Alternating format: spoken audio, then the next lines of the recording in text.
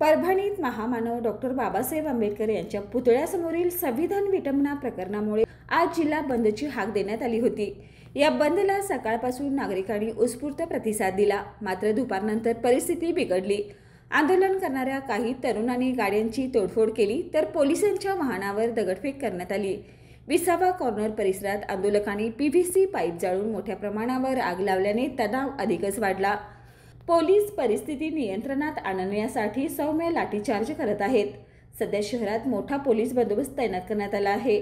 घटनेतील मुख्य आरोपीला अटक करण्यात आली असून त्याच्यावर कठोर कारवाईची मागणी आंदोलकांकडून होत आहे। दरम्यान जिल्हाधिकाऱ्यांनी नागरिकांना शांतता राखण्याचं आवाहन केलंय। त्यांनी कोणत्याही अफवावर विश्वास ठेवू नये, कायदा हातात घेऊ नये असं सांगितलं आहे। घटनेच्या निषेधार्थ हिंगोली जिल्ह्यातील वसमत शहरातही कडकडीत बंद पाळण्यात आलाय।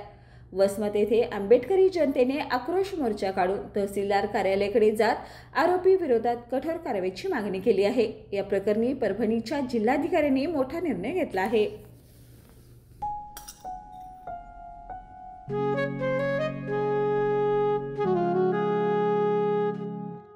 बाबा, आज येताना बासुंदी घेऊन या ना। अगं, कालच आपण आईचा वाढदिवस होता म्हणून आणली होती ना। ऐकलं, गोकुळची बासुंदी पुन्हा खावीशी वाटतेय। खरं सांगू, मलाही खावीशी वाटतेय। पुन्हा पुन्हा खावीशी वाटणारी गोकुळ बासुंदी।